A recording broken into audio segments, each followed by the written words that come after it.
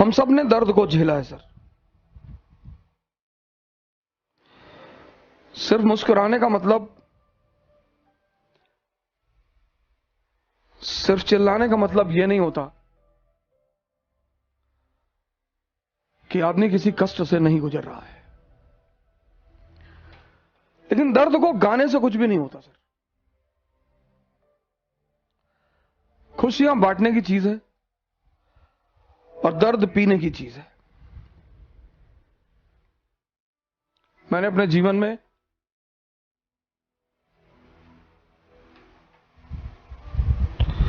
एक लंबा संघर्ष किया है। खाने के लिए भी सोचना पड़ता था सर। दिल्ली में जो डीटीसी के स्टॉप है, यहां पे सोया हूं। गुरुद्वारे में खाना खाया हूं। एक होटल के बियर बार में काम किया हूं।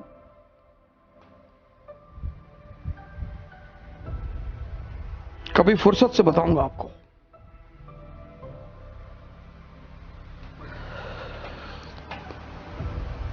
लेकिन बाबर की एक लाइन, कभी कभी होता है ना कि कुछ चीजें आपके सबकॉन्शियस में बैठ जाती हैं। मैं आपसे कहता हूं बायोग्राफी पढ़िए, ऑटोबायोग्राफी पढ़िए, पता नहीं कौन सी लाइन आपके जीवन की दिशा निर्देशक बन जाए। और जब वो कहता है कि क्या हुआ जो मैदान हार गए, अभी सब कुछ नहीं हारे। वो अदम्य साहस और इच्छा शक्ति जो सर झुकाने और सजदा करने को तैयार नहीं। सर ये लाइन तो दिल में बैठ गई है सर। कयामत तक लड़ेंगे, कयामत तक लड़ेंगे सर। दिल्ली के लिए लड़ेंगे, काबुल के लिए लड़ेंगे। लड़ना ही जिंदगी है सर, और कुछ है ही नहीं। और दूसरा आदमी जिससे मेरा बड़ा लगाव है, अक्सर जब मुझसे लोग डायरी वायरी देते हैं, वो स्लैम बुक वगैरह की, इसमें कुछ लिख दो, तो मैं बस 2 वर्ड लिखता हूं, लिव डेंजरसली। नीचे का स्टेटमेंट है सर, स्टेटमेंट कोट है उसका, कहता शांति से मत, लिव डेंजरसली। मेरी डायरी का पहला पेज, हर साल जब डायरी खरीदता हूं तो उस पर यही लिखता हूं, लिव डेंजरसली। जिंदगी का कॉन्सेप्ट क्लियर है। नौकरी एक ही करनी थी, वो मिली नहीं। उसके बाद नौकरी करनी ही नहीं थी सर। मैं किसी की नौकरी कर ही नहीं सकता सर, किसी की। मैं जिसके भी साथ काम करता हूं उसको एक बात स्पष्ट तौर पर बोल देता हूं, हुक्म मत चलाना। वो तो हमने अपनी अम्मा का नहीं सुना। वो हमेशा हमसे कहती रही, निकाल देंगे घर से, निकाल दो। अब राजा मनकापुर थोड़ी हो कि 10,000 बीघा खेत है तुम्हारे पास, निकाल दोगी। कितना खेत होगा? 15 बीघा होगा, 20 बीघा होगा, 30 बीघा होगा, बहुत होगा 50 बीघा होगा। राजा कुंडा थोड़ी हो कि 1 लाख बीघा खेत है, निकाल दो। 15 बीघा खेत के लिए गुलामी, धमकी मत दो। और जब मेरा अंतिम अटेंड निकल गया और जब उन्होंने मुझसे कहा कि भिखमंगे हो गए हो तुम, अब जिंदगी भर मेरे टुकड़ों पर जिंदा रहोगे, उनकी इस लाइन ने भी जिंदगी को बदला सर। मैंने कहा ताने मत दो, कहीं दे रही हूं, हिम्मत है तो जी के दिखाओ। हाँ, मैंने कहा दिखाएंगे। बोली जा रहे हो क्या घर से? मैंने कहा जी। हाँ, बोले तो ये कपड़ा भी उतार दो, ये पैंट, ये शर्ट और वो अंडरवियर बनियाइन, वो भी मेरे ही पैसे की है। बहुत ताव है तो उतार के जाओ। सर मां बाप की मोहब्बत महान तो होती है सर, कभी कभी उनकी नफरत बड़ी फायदेमंद होती है सर। अगर वो मुझे नहीं भगाती ना, मुझे सहारा दे देती, भगवान के आशीर्वाद से हमारे साथ हैं, और मैं उनसे कहता हूं कि अगर आप मुझे सहारा दे देती तो मैं एमबीए कर लेता, मैं आपके साथ वकालत कर लेता, आप मुझे लखनऊ हाई कोर्ट में स्टैब्लिश करा देती, शायद मैं भी एक आम इंसान की तरह ही रह जाता। लेकिन उनका वो भगाना, वो वरदान बन गया सर। बहुत बहुत बड़े सहयोगी रहे मेरे संघर्ष के। मोहम्मद हुसैन भाई हैं, पता नहीं हो सकता कहीं मुझे बैठकर सुन रहे हो। किसी जमाने में विमर्श नाम की इलाहाबाद में कोचिंग चलाते थे सर। वो मुझे पढ़ाने के बदले में सिर्फ खाना खिलाते थे, पैसे भी देते थे, कभी कभी मूड करता था तो पैसे भी देते थे और बड़ी मदद करते थे। और मैं उनके साथ मनमोहन चौराहे पे मस्जिद है, मैं वहीं पे उनके साथ कभी कभी रहता था। अटाला ले जाते थे कबाब और रोटी खिलाने के लिए सर। वो मेरे संघर्ष के बड़े महत्वपूर्ण साथी हैं सर। इंसर्च एकेडमी चलती थी, कुंदन राय भाई हमारे, पता नहीं हो सकता शायद हमें कहीं सुन रहे हो, उन्होंने बड़ी मदद की सर। सबसे अहम आदमी जो रहा जिसका नाम मैं लेना चाहूंगा वह है सुरेश सिंह। एटीएन एकेडमी चलाते थे सर। वो पहला आदमी है मेरे जीवन में जिसने मुझे एक अच्छी रकम मेरे हाथ में रखी पढ़ाने के एवज में। अरे कहा हो जा सर, आप पैसा ले जाइए और कभी आपको जरूरत हो तो हमसे मिलिए। अभी इलाहाबाद हाईकोर्ट में वो प्रैक्टिस करते हैं सुरेश सिंह।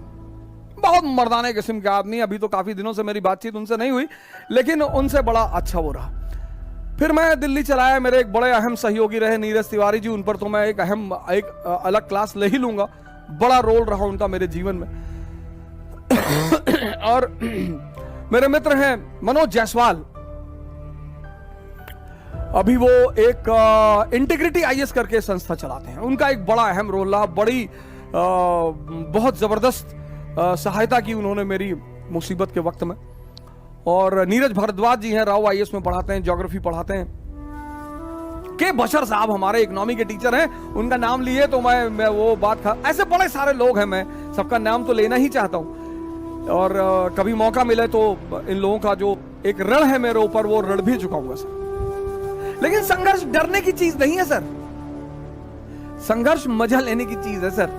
कोई नहीं है, कोई किसी को फोन मिलाओगे काट देगा। जो संघर्ष से डर गया वो मर गया। सर मैं आगरा पढ़ाने गया, हमारे अमित भाई वहां कोचिंग चलाते हैं। सेंटर ऑफ एम्बिशन, ऐसे कुछ नाम है उनकी कोचिंग का। सेंटर ऑफ एम्बिशन आगरा में है, बड़ी फेमस कोचिंग है। अमित भाई चलाते हैं, अमित सिंह हमारे, बहुत जबरदस्त आदमी, बड़ा फैंटास्टिक टाइप के आदमी है। आज भी हमको बुलाते हैं। वो आप आगरा एंटर करेंगे तो एक चौराहा पड़ता है, वही चौराहे पे उनकी कोचिंग है। सेंटर ऑफ एक्सेलेंस या सेंटर ऑफ एम्बिशन, ऐसे कुछ नाम है उनकी कोचिंग का।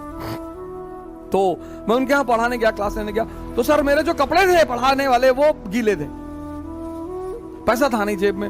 और कॉल आ गई कि भाई आपको वहां आके पढ़ाना है। मैंने कहा यार वहां पढ़ा देंगे तो 10-20-25 हजार रुपए मिल जाएंगे।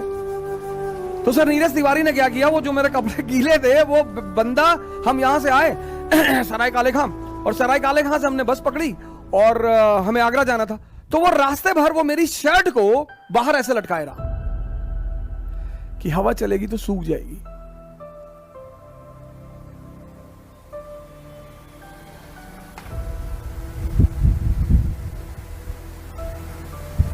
अब तो कोई डरा ही नहीं सकता सर। हर रंग, हर रूप जीवन का देखा है सर।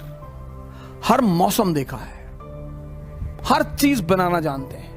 मटन करी बना ले तो ताराचंद में बम बनाना भी सिखाया जाता है सर। हमारा केपीयूसी छात्रावास तो उसमें डिग्री देता है सर इलाहाबाद में कि कितनी आवाज पैदा होती है। इलाहाबाद एक बहुत ही महान सेंटर है सर, बहुत महान। विद्या का क्षेत्र है, हिंसा का क्षेत्र है, क्रांतिकारियों का क्षेत्र है। और उसको फिर से एक बार भारत के पटल पर उभरना पड़ेगा। जब भी भारत का पुनरुत्थान होगा तो उसकी धारा फिर से इलाहाबाद से ही बहेगी, क्योंकि उस मिट्टी में है कुछ। आज जिंदगी है सर खेल। यहां कुछ भी दुख मनाने जैसा नहीं है। हार तो तब है सर जब हम पैदा हुए थे मर्सिडीज लेके और मरे बिना मर्सिडीज के। लेकिन जब हम नंगे पैदा हुए और नंगे ही मरेंगे सर, ये जो खेल लाइफ है ना, ये जो जर्नी है, ये बर्थ और डेथ, ये जो जर्नी है ना सर, बर्थ और डेथ वाली, ये एक यात्रा है सर। आदमी यहां भी नंगा, आदमी यहां भी नंगा।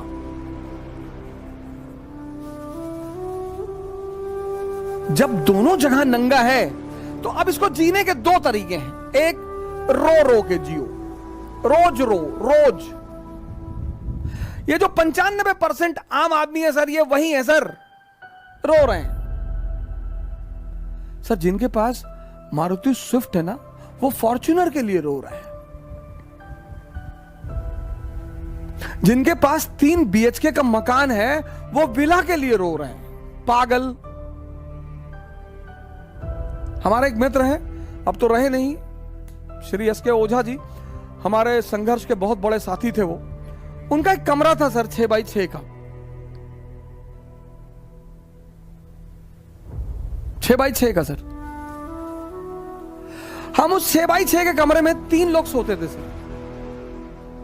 हमारे पास इतना पैसा नहीं था कि हम रूम रेंट पे ले लें मुखर्जी नगर में सर। सर मेरी 8 बजे सुबह क्लास होती थी, और अब शुरुआत में तो आपके पास इतना पैसा होगा नहीं, घर से कोई बैकिंग थी नहीं, माता जी ने घर से भगा दिया था। सिर्फ मेरे एक बचपन के मित्र हैं जिनका नाम मैं किसी दिन बहुत फुर्सत से लूंगा, पंकज पांडे जी, उन्होंने बीच बीच में बहुत आर्थिक सहायता की सर। लेकिन आप हर महीने खाने का पैसा, कपड़े का पैसा थोड़ी मांगेंगे सर। आप 8 बजे से लेकर 2 बजे तक होटल में, 4 बजे ऑटो से कमरे पहुंचते थे, सुबह 8 बजे क्लास होती थी सर। ये जो यात्रा है सर, अब तुम्हें डिसाइड करना है कि हंसोगे कृष्ण की तरह। इस आदमी का जीवन देखो सर, जन्म से मृत्यु तक चुनौतियां।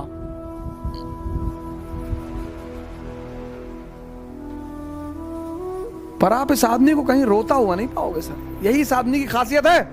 और दूसरी तरफ अगर आप देखो दुर्योधन, इसको बोलते हैं Duryodhan syndrome.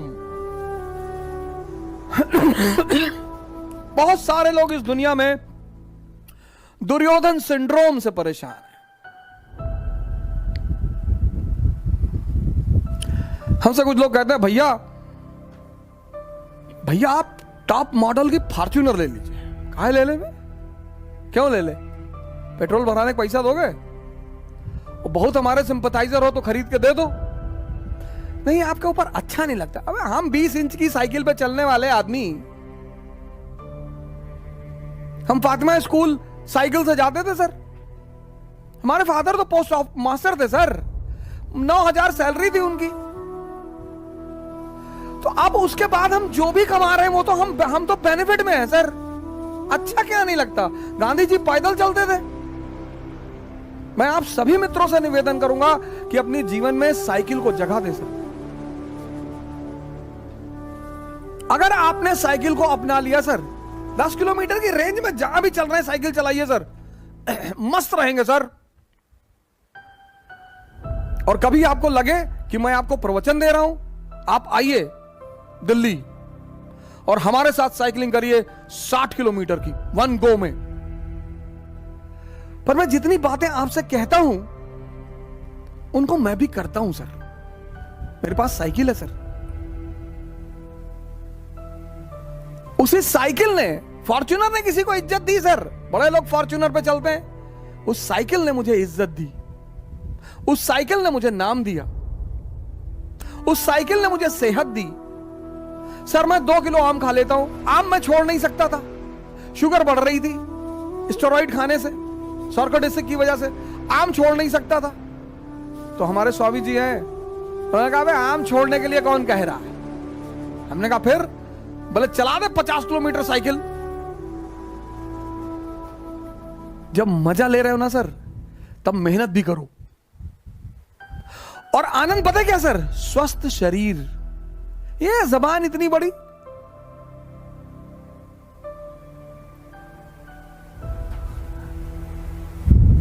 Sir Duryodhan syndrome से परेशान मत रहो, शुक्रिया करो तुम्हारे पास जो भी है। 2007 में हमारे मित्र हैं पांडे जी, पंकज पांडे जी, उन्होंने दया खा के मुझे अपना स्कूटर दे दिया। उनके पास एक ब्रेवो स्कूटर था, तो हमसे कहे यार तुम जो है कोचिंग तक जाते हो ऑटो पकड़ के, हमको अच्छा नहीं लगता, तो ब्रेवो स्कूटर दे दिया उन्होंने। तो हमारे एक दोस्त हैं चंद्रदीप सरकार, एबीसी एकेडमी चलाते हैं बंगाल में। तो जब उन्होंने मुझे ब्रावो स्कूटर पे देखा चाणक्य एकेडमी में, मैं मिश्रा जी का भी बड़ा धन्यवाद अदा करना चाहता हूं। AK मिश्रा जी ने बहुत साथ दिया, चाणक्य एकेडमी चलाते हैं और बहुत ज्यादा साथ दिया। तो चंद्रदीप सरकार ने जब हमें ब्रावो स्कूटर पे देखा, बोला सर क्या बात कर रहे हैं सर, आप यहां मत खड़ा करिए, थोड़ी दूर खड़ा करिए सर। अबे मैंने कहा पागल हो मैं, यहां खड़ा करने में क्या दिक्कत है, यहीं खड़ा करेंगे। अपने समय से शर्म मत करो सर, अपने समय से डरो मत, लड़ते रहो हंस हंस कर। ये जो है अब आपको डिसाइड करना है सर। रोगे तो हर दिन तुम्हें एक बहाना मिलेगा रोने का, हर दिन। बस आदत डालनी है, चाहे रोने की डाल लो चाहे हंसने की डाल लो। समझदार लोग अर्थ के लिए लड़ते हैं, मूर्ख लोग बर्थ के लिए लड़ते हैं। ये हमारा स्कूटर है, ये हमारी जमीन, एक बिस्सा जमीन है, एक बिस्सा ये हमारी जमीन, ले जाओ एक बिस्सा। जिस दिन मौका लगेगा तुम्हारा पूरा घर ही कब्जा कर लेंगे। कभी छोटी छोटी चीजों के लिए मत लड़ो, निगलेक्ट करते जाओ। इतनी ताकत पैदा कर लो, गांव कब्जा कर लो, शहर कब्जा कर लो, प्रदेश कब्जा कर लो, देश कब्जा कर लो, और ना कब्जा कर पाओ हरिद्वार चले जाओ सर। जब कमजोर हो तो भजन करो, सुमिरन करो, ताकत बढ़ाओ, रो मत, रो मत। ये फिलिस्तीनी, ईरानी, इराकी, अफगानिस्तानी, पाकिस्तानी रो रहे हैं, हमको यहूदी मार रहे हैं। अबे तो क्यों मार रहे हैं, कभी पता करने की कोशिश किए हो? तुम कमजोर हो। नहीं नहीं नहीं, हम कमजोर नहीं भैया, हम मुसलमान हैं। मुसलमान हो, तुम कमजोर हो। जो भी कमजोर होगा ताकतवर उसको मारेगा। हम नहीं मार खाए। 19वीं शताब्दी में खूब पीटा अंग्रेजों ने, ईस्ट इंडिया कंपनी ने पटक पटक के मारा, पंडितों को मारा, ठाकुरों को मारा, भूमिहारों को मारा, मुसलमानों को मारा, किसको नहीं मारा उन्होंने। जब मैं आज देखता हूं ब्राह्मण सेना, करणी सेना, फलानी सेना, तो मैं सोचता हूं यार तुम कहां थे वो जब अंग्रेज थे, तब तुम कहां थे? बहुत मारा पटक पटक के, सबको मारा उन्होंने, बगल में बैठने नहीं देते थे। इस देश के उच्च वर्ग को नीच होने का एहसास हुआ अंग्रेजी शासन में। हार जीत तो चलती रहेगी सर।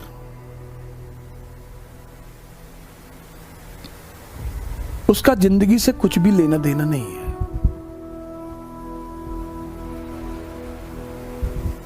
तुम सिर्फ हारते ही रहोगे ना, तो भी महानता की श्रेणी में आ जाओगे कि बंदा लड़ता रहा अंत तक। महमूद खलजी मालवा का एक रूलर था, डालिएगा विकिपीडिया पे, महमूद खलजी मालवा का शासक था। वो जिंदगी भर लड़ता रहा। कहते हैं उसका जो निवास स्थान था वो युद्ध का मैदान था, कभी गुजरात कभी राजस्थान, हमेशा तलवार लिए खड़ा रहता। आओ, जिंदगी में दो काम करो, एक युद्ध एक प्रेम। जिंदगी में दो ही चीज देखो,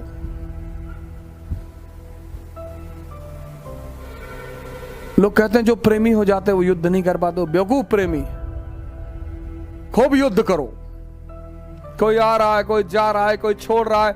आजकल तो मैं युवाओं को देखता हूं बड़े डिप्रेस हो जाते हैं, सर हमारी गर्लफ्रेंड हमसे बात नहीं करे, दूसरी बना ले। अरे सर कैसी बातें कर रहे हो, कैसी बातें कर रहे हो? हम उसको प्यार करते थे। तो तुम्हारे माँ बाप तुमको करते हैं ना, हाँ प्यार करने वाले लोग हैं ना तुम्हारे पास, हाँ तब काहे मरे जा रहे हो? तीसरी बना लो, चौथी बना लो, पांचवी बना लो। जो भागे उसके पीछे मत भागो सर, नहीं तो जिंदगी भर पीछे भागते रह जाओगे। जो भी तुमसे कहे अब तुमसे बात नहीं करेंगे, रखो रखो फोन, रखो फोन, रखो फोन, रखो, नेक्स्ट दूसरा लाओ भाई। छोड़ दें सारी दुनिया किसी के लिए, यह मुनासिब नहीं महत्वाकांक्षी लोगों के लिए। भाई माँ बाप तो ही है ना, उनसे ज्यादा प्रेम कौन करेगा? हाँ वो अगर आपको छोड़ दें तो चिंता का विषय है सर, तब तो दुखी होने का विषय है सर। लड़की ने छोड़ दिया, लड़के ने छोड़ दिया, कोई फर्क नहीं पड़ता सर, अगर महत्वाकांक्षा है। अगर आप खुद को बेवकूफ बना रहे हैं बहुत फर्क पड़ता है सर। मन करे सो प्राण दे और मन करे सो प्राण ले, वही तो एक सर्वशक्तिमान है।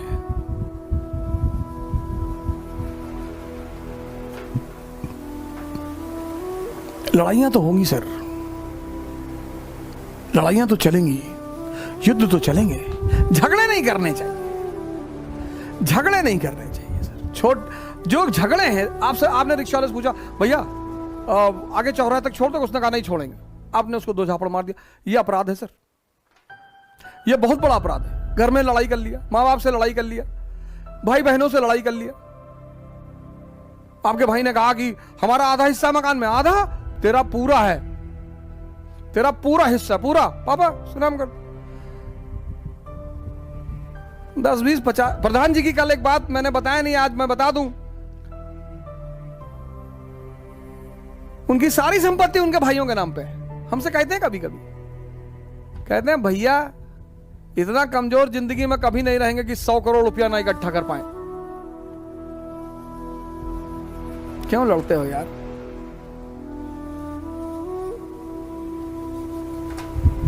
जिसने भी तुमसे हिस्सा मांगा दे दो।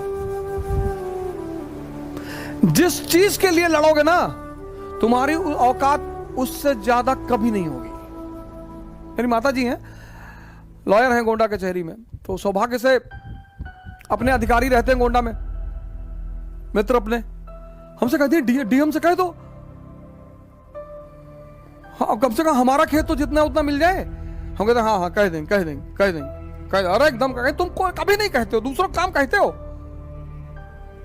अब हम जाएं डीएम से कहने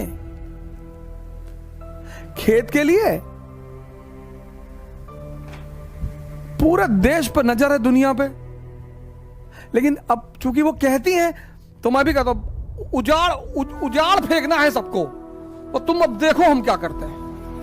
फिर हम आते हैं, फिर वो हमसे कहती कि तुम ना सुधरोगे ना सर। छोटी छोटी बातों के लिए कभी मत लड़ना सर। जिस चीज के लिए लड़ोगे उससे ऊपर कभी नहीं जाओगे। कोशिश करके देख लो सर, कोशिश करके देख लो। और जिस चीज को छोड़ दोगे उससे ऊपर चले जाओगे। राम अयोध्या नहीं छोड़ते ना सर, तो राजा के सिवा कुछ भी नहीं होते। राम ने अयोध्या का त्याग कर अपने ऊपर एहसान किया, अपने ऊपर, महाराजा दशरथ के ऊपर नहीं किया। उनकी सबसे बड़ी हितैषी रही मां कैकेयी। ये वो समझते थे, बड़ा मैच्योर दिमाग है ना सर, भगवान का दिमाग है ना, इसलिए जब वो लौट कर आते हैं तो सबसे पहले उन्हीं से मिलने जाते हैं। इसलिए जब वो लौट कर आते हैं तो सबसे ज्यादा सम्मान उन्हीं को देते हैं, क्योंकि राम भगवान है ही मां कैकेयी की वजह से। गद्दी छीन ली, भगवान बन गए। नहीं, वो छोटी सी क्षेत्र अयोध्या के राम को कोई जानता? कोई नहीं जानता सर, कोई नहीं जानता।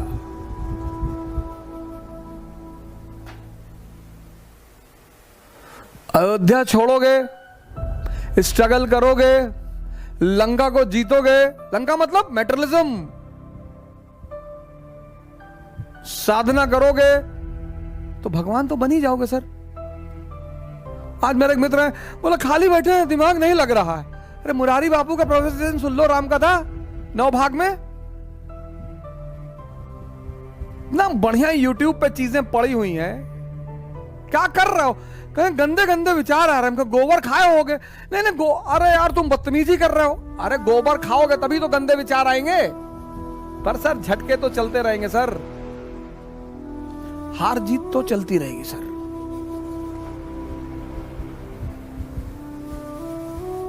भारत को बचाओ सर, बस यही आपका प्रेम है मेरे।